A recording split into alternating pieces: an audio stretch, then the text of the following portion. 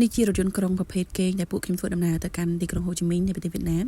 ហើយបងប្អូនឃើញចឹងនៅក្នុងហ្នឹងវារៀងជាអ៊ីតិចប៉ុន្តែវារៀងស្រួលម្យ៉ាងដែរដោយសារតែយើងអាចកេងហើយមានម៉ាស៊ីនត្រជាក់ហើយខ្ញុំនេះតាក់សក់ចង់20សរសៃបងប្អូនដោយសារតែមាត់អួយហ្នឹងគេដាក់របាំងអញ្ចឹងរៀងពិបាកមើលទេសភាពខាងក្រៅតិចបងចាអញ្ចឹងធ្វើដំណើរមកដល់កន្លែងនេះពួកខ្ញុំចាប់ផ្ដើមធ្វើការចុះញ៉ាំអាហារថ្ងៃត្រង់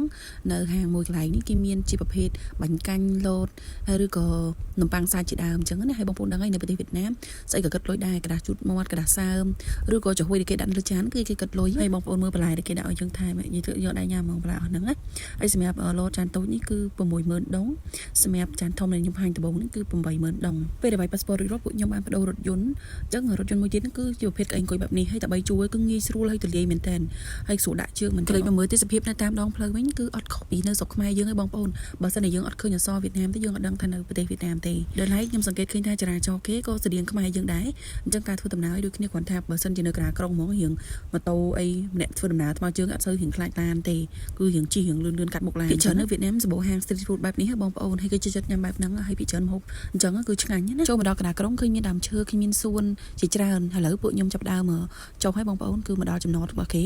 អញ្ចឹងពួកខ្ញុំពងគិតថាអូតើត្រូវជីអីទៅពេលដែល check មើល Google Map ទៅគឺចម្ងាយប្រហែលជា1គីឡូអីទេទៅដល់កន្លែងដែលពួកខ្ញុំស្នាក់នៅចាអញ្ចឹងពួកខ្ញុំសម្រាប់ចិត្តហៅ Grab ហើយតម្លៃដូចជាអស់ត្រឹមតែ$2អីទេបងប្អូនដូចជាធូរថ្លៃមែនតើសម្រាប់ការធ្វើដំណើរតាម Grab សម្រាប់មធ្យោបាយធ្វើដំណើរនៅទីក្រុងហូជីមីញនេះវាមានរថយន្តក្រុងវាមាន Grab បែបរថយន្តបែបនេះហើយទំនើបត្រជាក់ស្រួលហើយក៏ដូចជាមានម៉ូតូឌុប Grab ដោយសារវ៉ាលីច្រើនអញ្ចឹងពួកពពកឲ្យគាត់ដើរទៅចាអញ្ចឹងសម្រាប់ខ្ញុំគឺជាលើកទី2ហើយដែលបានមកដល់ទីក្រុងហូជីមីញនេះ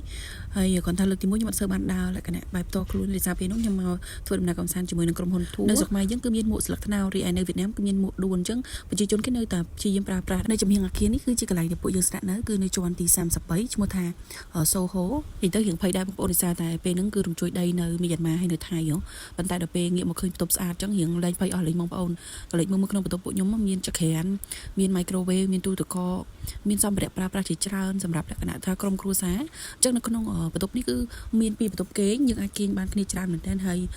មានសាឡុងធំទៀតអញ្ចឹងអ្នកណាអាចគេងនៅសាឡុងក៏បានដែរហើយមានវេរ៉ង់ដាមានម៉ាស៊ីនបោកកៅអៅយើងអាចមើលទេសភាពនិយាយទៅគឺខ្ញុំហ៊ាននិយាយថា environment នៅនឹងគឺ perfect មែនតើគឺស្រស់ស្អាតបន្ទប់ clean ហើយមានប៉អីពូកបែបនេះសម្រាប់យើងថាយើងអាចបើកគេងបានម្នាក់ពីរនាក់អីទៀតអញ្ចឹងណាហើយនៅក្នុងនោះមានទូខោអាវទូអីតុអីហើយសម្រាប់សម្ភារៈប្រើប្រាស់របស់គេពូក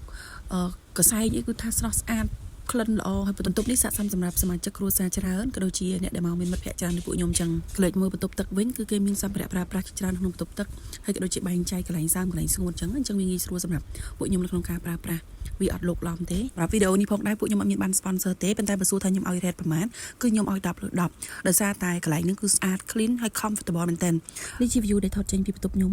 អញ្ចឹងខ្ញុំជួបគ្នានៅវីដេអូក្រោយនេះអរគុណ